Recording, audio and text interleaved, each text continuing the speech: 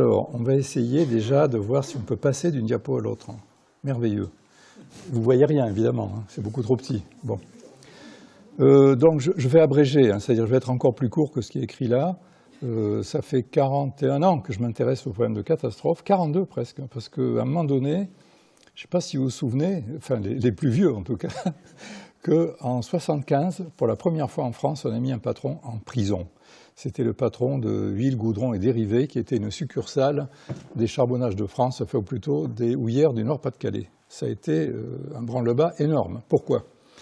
Parce que depuis, comme l'a très bien montré tout à l'heure mon collègue historien, donc je ne vais pas du tout répéter ce qu'il a dit, la notion de risque existait depuis très très longtemps, effectivement. Elle n'était pas limitée qu'aux assurances, mais en tout cas, elle couvrait le fait qu'il y a eu 20 ans de bagarre à l'Assemblée nationale, que j'ai lu en plus, enfin à l'époque, entre 82 et 98, où il y a eu la fameuse loi sur les accidents du travail, qui était une loi à la fois de prévention et de réparation. Enfin, là aussi, je n'ai pas rien que là-dessus, j'en ai pour plusieurs heures, donc on va arrêter.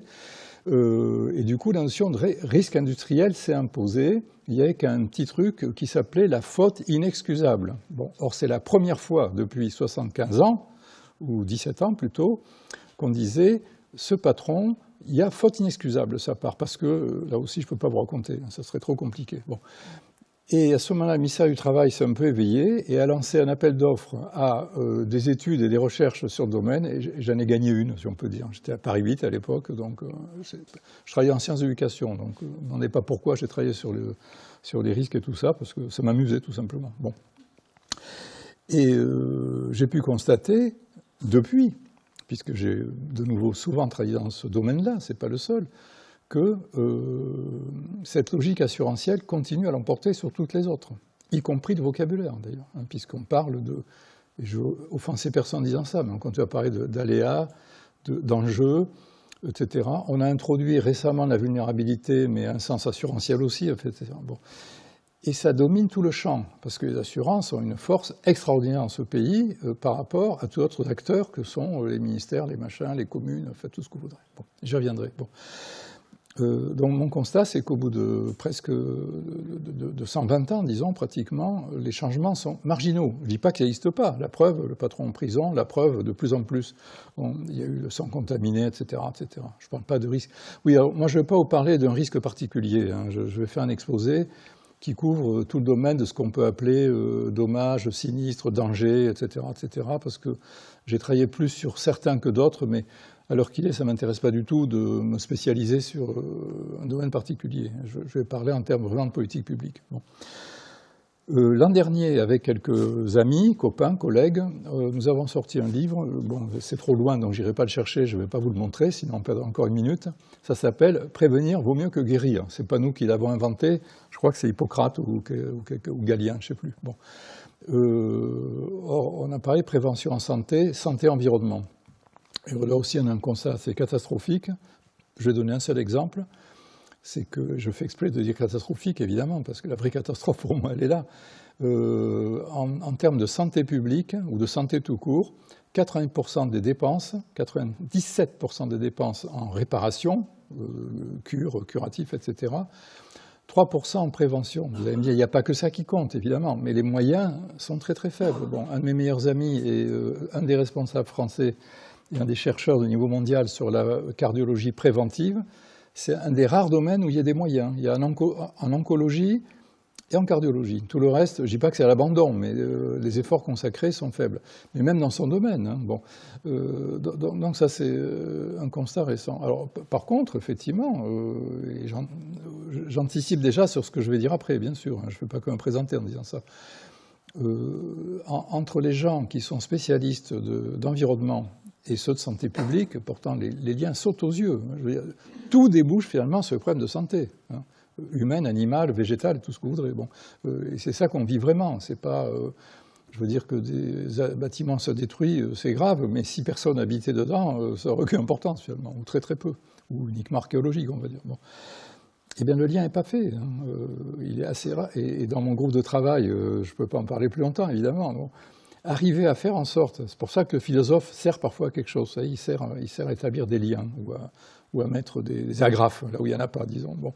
J'ai essayé d'agrafer ensemble médecins, magistrats, pharmaciens. Dans le groupe, il y a un pharmacien qui n'est pas là d'ailleurs aujourd'hui, bien qu'il soit prof à Paris Sud. Il n'est pas là, Yves Lévy, non? Enfin, ça ne fait rien, c'est pas grave. Bon, il aurait pu venir faire un tour. Et il a une chaire de santé-environnement. Or, dans nos réunions, il passait son temps à nous rappeler, il n'y a pas que la médecine, il y a la pharmacie. Mais il levait la main pour dire, il n'y a pas que des médecins, il y a aussi des pharmaciens. Parce qu'il se sentait maltraité. Vous voyez, donc, il y a tous ces phénomènes qui jouent, qui sont de caste, de sexe, de corporation. J'ai pas dit de sexe, non, de secte. Bon, je passe très vite sur le fait que pendant des années, j'ai travaillé avec mon ami et patron Claude Martinand, que tu as bien connu, je crois aussi, et qui avait vraiment voulu qu'on développe tout ce qui était risque, etc., au CGPC, Conseil général des ponts et chaussées, où cet aspect des choses n'existait pas, ou plutôt il y avait les risques en transport, en ceci, en cela, etc., mais il n'y avait pas un travail consacré à ça. Donc nous avons créé, puisque j'ai contribué, une section qu'on a appelée risques, etc., etc. Bon. La FPCN, je ne vais pas en parler, parce que ça reviendra dans mon sujet exposé. Alors là, comment on fait? On appuie là. Et ça marche. Bon.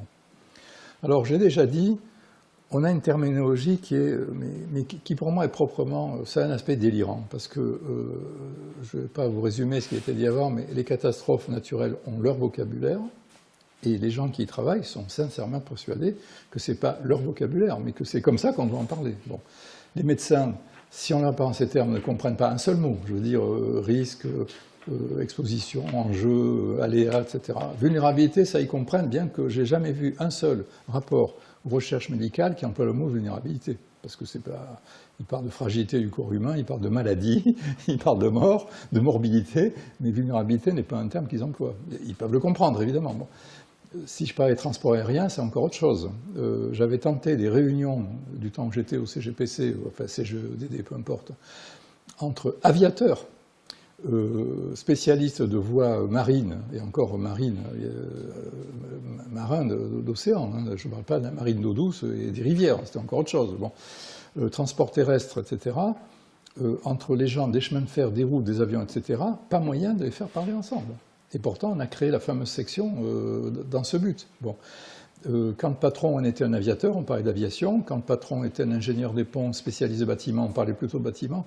Enfin, je sais pas, moi, ça aurait été un miracle parce qu'il y a les corporations. Et donc, alors, ce qui est quand même assez gênant, parce que quand vous êtes un préfet, par exemple, ou que vous êtes un maire, à la rigueur, enfin un maire d'un territoire assez vaste, parce qu'une toute petite commune n'a plus aucun moyen, plus aucun pouvoir, donc c'est plutôt les intercos maintenant qui fonctionnent, bon, enfin les regroupements de communes, comme on dit. Bon.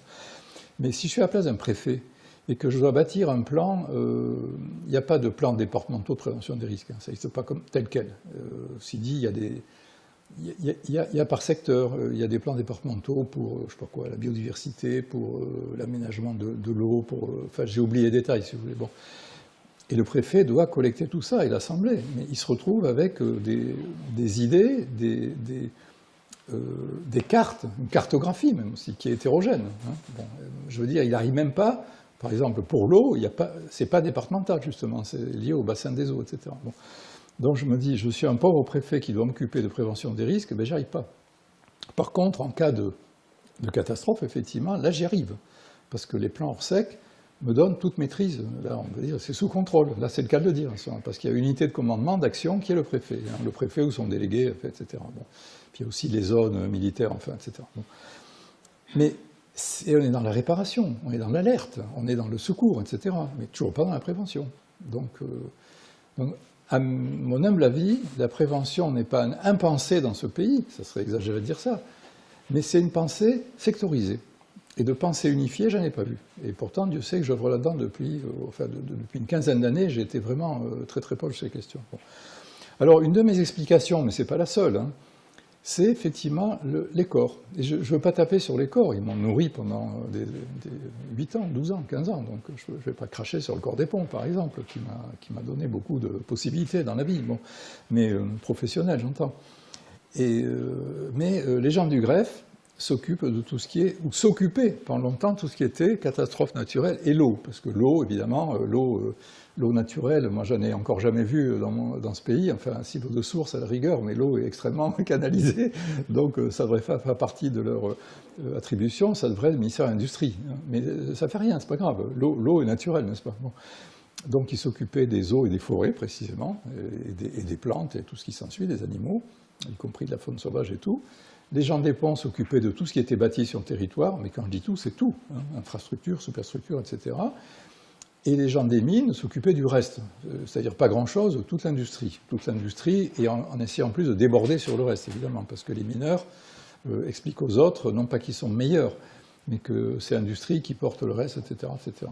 N'oubliez pas qu'encore aujourd'hui, on a un ministère de l'économie et des finances qui est une aberration totale, hein, puisqu'on a un ministère qui est un ministère payeur et un ministère comment dire, dépensier. Bon, pour moi, c'est du jamais vu. Enfin, c'est du jamais vu. En France, c'est vu depuis longtemps, mais ça ne devrait pas exister. Bon, je referme cette parenthèse. Bon. Donc, quand vous travaillez avec tous ces gens-là, par exemple, au niveau, effectivement, des inspections générales, où on ne court pas de danger nous-mêmes, parce qu'on n'est pas aux manettes. Bon, et quand on fait des rapports pas bons, qui ne sont pas agréables au gouvernement, on ne risque pas de perdre son poste. On ne peut pas être viré, on ne peut pas être rétrogradé. Hein. Bon. Mais il y a quand même ces histoires de territoire mutuelles. Bon.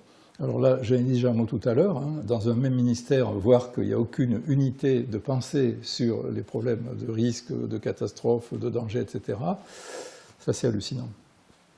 Je passe à la suivante, si j'y arrive. Alors, c'était des constats, j'en fais un deuxième. Alors oui, effectivement, vous voyez, j'ai mis entre parenthèses le nom de Claude Martinan, non pas parce que son frère est là, mais parce que pendant 8 ans, nous avons développé, pas nous deux, on était au moins 50 on va dire, mais on était vraiment à la manœuvre. Il se trouve que j'étais son conseiller, donc j'avais un certain poids. Et l'idée qu'il fallait vraiment, c'était encore la grande époque où on parlait de développement durable, maintenant c'est devenu un gros mot, je ne sais pas si vous avez remarqué, hein, le développement durable c'est pas bien du tout, bon, on va savoir pourquoi. On avait dit qu'il faudrait quand même parler plutôt d'aménagement. On veut bien ajouter développement, parce que développement c'est un aspect, c'est l'aspect développement justement, c'est ce qui est dans la graine est sorti de la graine, c'est ça le développement. Bon. Mais aménager, c'est pas que ça, c'est aussi protéger, conserver, c'est développer, bien entendu, c'est innover, c'est inventer. Dans aménager, il y a beaucoup de choses, et pas simplement faire le ménage. Hein. C'est beaucoup plus vaste que ça, c'est bien beaucoup plus vaste que le terme de management. Hein. Bon. Donc on a dit, il faudrait développer tout ça. Je vais lire simplement, sinon j'en ai encore pour longtemps. Bon. L'occupation des sols, les réseaux techniques, les entités économiques, les réseaux sociaux, pas seulement au sens actuel, hein, c'est tout l'ensemble, les médias, hein, c'est les réseaux sociaux pour moi. Bon. L'institution politique elle-même, public, pardon, et l'écosystème. Alors quand je dis écosystème, je ne pense pas écosystème entreprise ou toutes ces âneries. Enfin, une entreprise n'est pas un écosystème, c'est évident. L'écosystème réel, je veux dire. Bon. Eh bien, si vous arrivez à tenir compte de tout ça, c'est déjà beaucoup. Hein. Mais en termes de prévention, notamment. Mais ce n'est pas le cas. C'est pas le cas, puisque de nouveau, on va se retrouver avec les spécialistes de tel ou tel aspect. Donc, mais nous, on voulait qu'il y ait un ministère qui unifie tout ça. Alors on a presque réussi au niveau des mots. Hein, et en France, on est très bon pour se payer de mots. Donc on a réussi à faire que le ministère s'est d'abord appelé à peu près comme ça. Hein, c'est pas au mot près, mais il a changé 5 fois de nom en 5 ans.